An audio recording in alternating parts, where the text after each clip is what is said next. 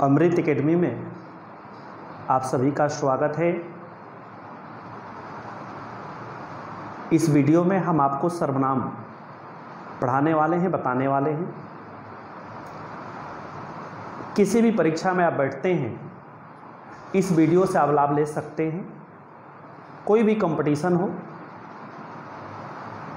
उस कंपटीशन में सर्वनाम के बारे में अधिक से अधिक जानकारी को आप हासिल कर सकते हैं। आइए, सर्वनाम है क्या? सर्वनाम शब्द दो शब्दों के योग से बना है, सर्व और नाम। सर्व ने मने सभी, नाम मने नाम। ऐसे शब्द जो सभी नामों के बदले प्रयोग होते हैं उसे ही सर्वनाम कहते हैं। अब सर्वनाम की परिभाषा क्या है? जो शब्द संज्ञा के स्थान पर प्रयुक्त होते हैं उसे सर्वनाम कहते हैं। जो शब्द, परिभाषा जरा देखें, जो शब्द संज्ञा के स्थान पर प्रयुक्त होते हैं उसे सर्वनाम कहते हैं।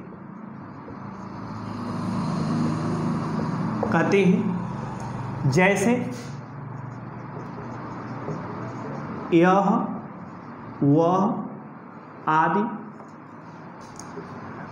अब एक प्रश्न आता है आपसे कि हिंदी में या हिंदी का मूल सर्वनाम कितने हैं? आप बताएंगे हिंदी का अपना मूल सर्वनाम 11 है। 11। यहां पर फोकस करिएगा, कौन कौन से है? तो हिंदी के मूल सर्वनाम है मैं, तुम, आप, यह, वह, जो, सो, कौन, क्या, कोई, कुछ। इनकी संख्या अगर देखेंगे टोटलिटी में तो 11 होती है। तो ये प्रश्न आते हैं तब आप उत्तर देंगे हिंदी के मूल सर्वनाम है, हिंदी में मूल सर्वनाम कितने हैं, तो आप 11 उत्तर देंगे। अब जब पूछा जाता है सर्वनाम के प्रकार या सर्वनाम के कितने भेद होते हैं, आप बताएंगे 6। कौन कौन से होते हैं? नंबर 1, पुरुष वाचक सर्वनाम। दूसरा, निश्चय वाचक सर्वनाम। तीसरा, अनिश्चय वाचक सर्वनाम। चौथा, संबंध वाचक सर्वनाम। पांचवा, प्रश्न वाचक सर्वनाम। और छठवां, निज वाचक सर्वनाम। ये 6 होते हैं, पुरुषवाचक, निश्चयवाचक, अनिश्चयवाचक, संबंधवाचक, प्रश्नवाचक और निजवाचक सर्वनाम। अधिकतर विद्यार्थी फंसता कहाँ है? अगर पुरुषवाचक सर्वनाम पूछ दिया वहां पर गलत कर देता है, निजवाचक सर्वनाम पूछ दिया वहां पर गलत करता है, क्योंकि कुछ चीजें इसमें एक दूसरे से मिलती जुलती है। मैं पूरा प्रयास करूंगा कि उसके अंतर को आपको स्पष्ट करूं, पहले अलग अलग फिर तुलनात्मक ढंग से। आप जरा देखिए एक एक कर। हम पहले चर्चा करते हैं पुरुषवाचक सर्वनाम की। पुरुषवाचक सर्वनाम की परिभाषा क्या है? जिस शब्द से किसी पुरुष, ब्रैकेट में स्त्री पुरुष दोनों का बोध होता है उसे पुरुषवाचक सर्वनाम कहते हैं। जिस शब्द से किसी पुरुष यानी स्त्री पुरुष, ब्रैकेट में लिख लीजिएगा, बोध होता है उसे पुरुषवाचक सर्वनाम कहते हैं। ध्यान रखें संस्कृत में 3 पुरुष है, प्रथम पुरुष, मध्यम पुरुष, उत्तम पुरुष।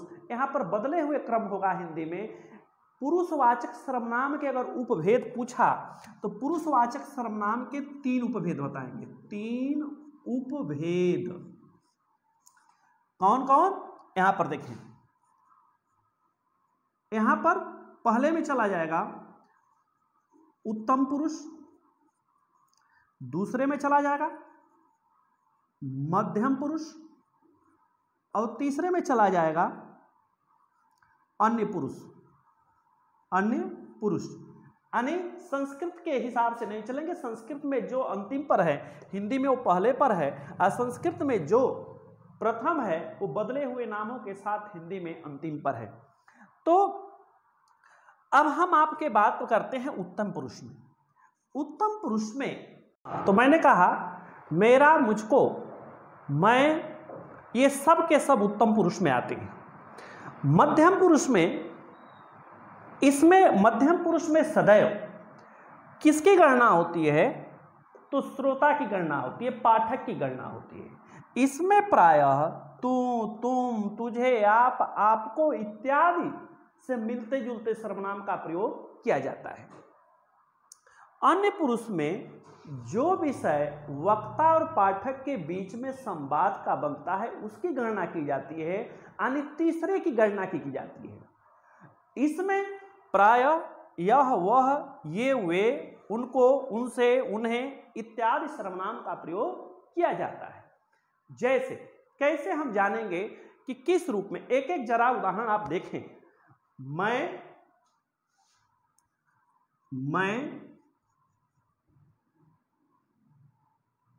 पढ़ूंगा।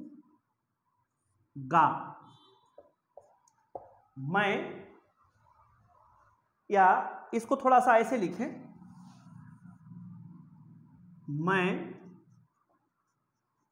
पढ़ रहा हूं। मैं पढ़ रहा हूं। यहां पर मैं देखिए, मैं इसमें उत्तम पुरुष में है, मैं पढ़ रहा हूं।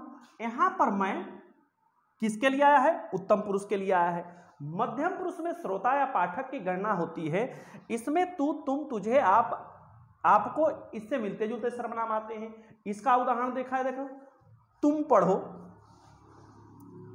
तुम पढ़ो। तो देखिए, तुम इसमें भी, तुम उसमें भी, तुम पढ़ो। या दूसरा इसका उदाहरण देखिए, आप लोग आ गए। तो आप लोग आ गए किसके लिए है? मध्यम पुरुष में श्रोता के लिए है या पाठक के लिए है। अन्य पुरुष में यह, वह, उनके, उन्हें इत्यादि सर्वनाम आते हैं। इसमें कैसे उदाहरण आप देखेंगे, जरा देखिए, वह नाच रही है।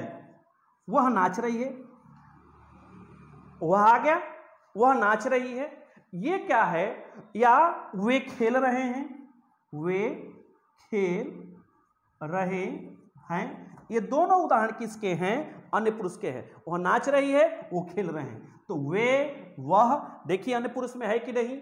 आप, तुम मध्यम पुरुष में है कि नहीं। मैं उत्तम पुरुष में है कि नहीं। ये सब के सब उदाहरण जो है पुरुषवाचक सर्वनाम के अंतर्गत आते हैं। आइए जरा दूसरे में चलते हैं, निश्चयवाचक सर्वनाम।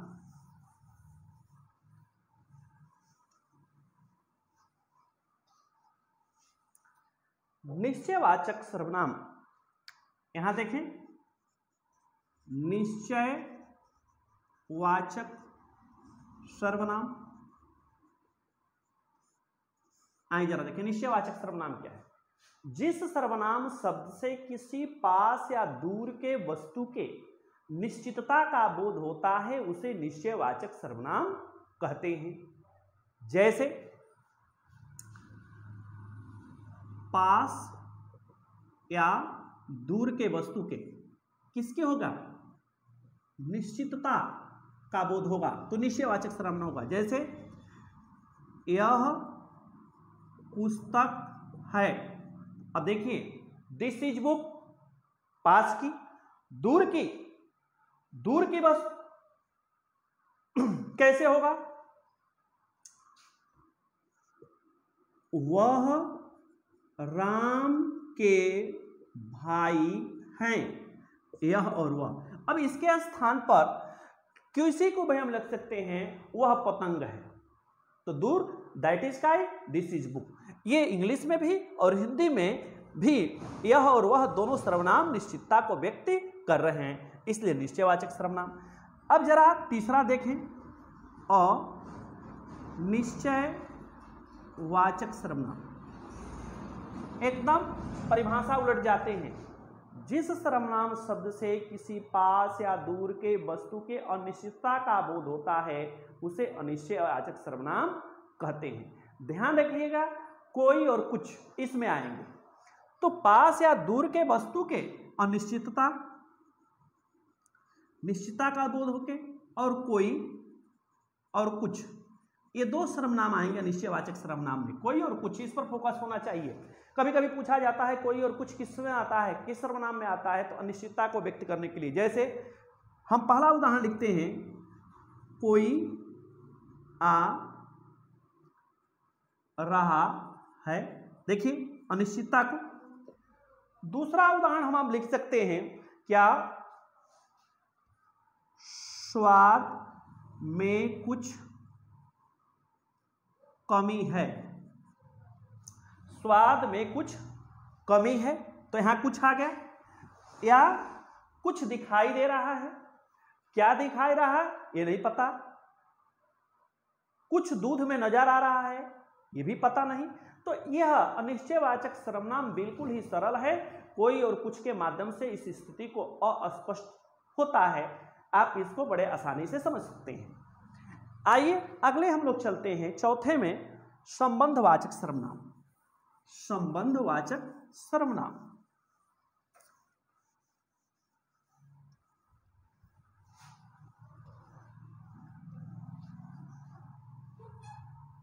संबंधवाचक सर्वनाम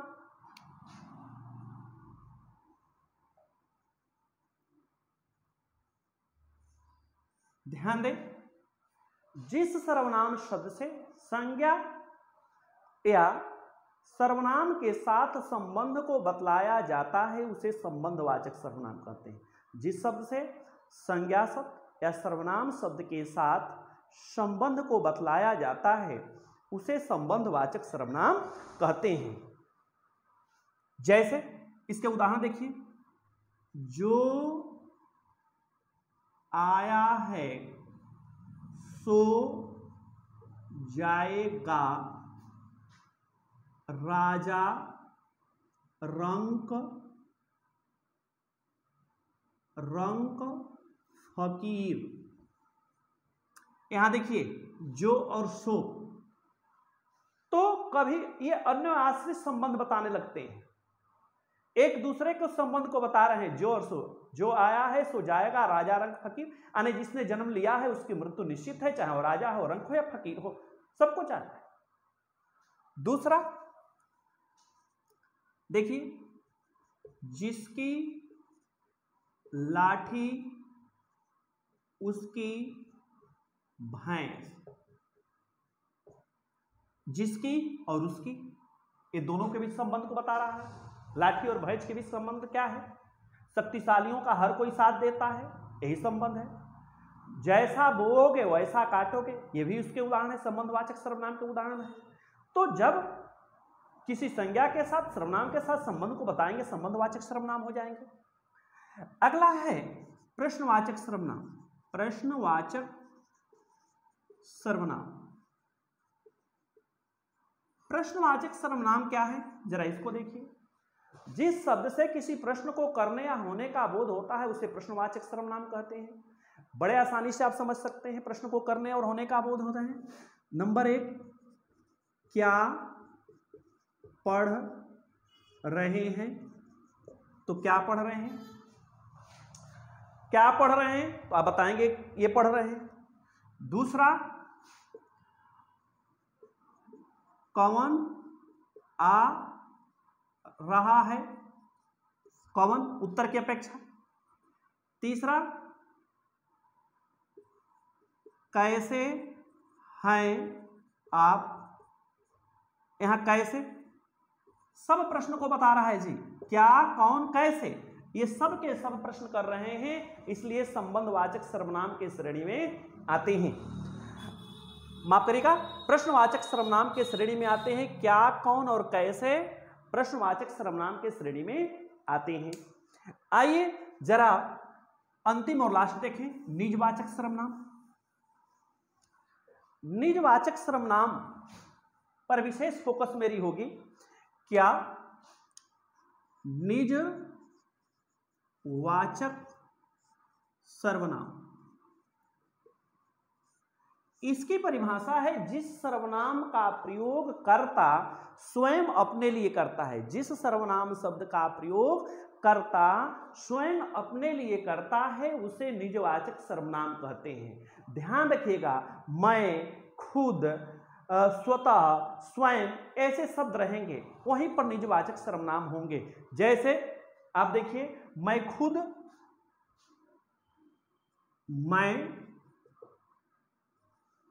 खुद लिख लूंगा। मैं खुद लिख लूंगा, मैं खुद लिख लूंगा, यहां पर मैं शब्द आ गया। एक दूसरा उदाहरण देखें, आप भला तो जग भला। आप भला तो जग भला। आप, यहां कर्ता स्वयं अपने लिए कर रहा है। तो नंबर 1 उदाहरण, नंबर 2 उदाहरण, आप भला तो जग भला। तीसरा उदाहरण देखिए, हमें अपना काम स्वयं करना चाहिए। हमें अपना काम स्वयं करना चाहिए। तो मैं खुद लिख लूंगा, या मैं खुद लिख लूंगा,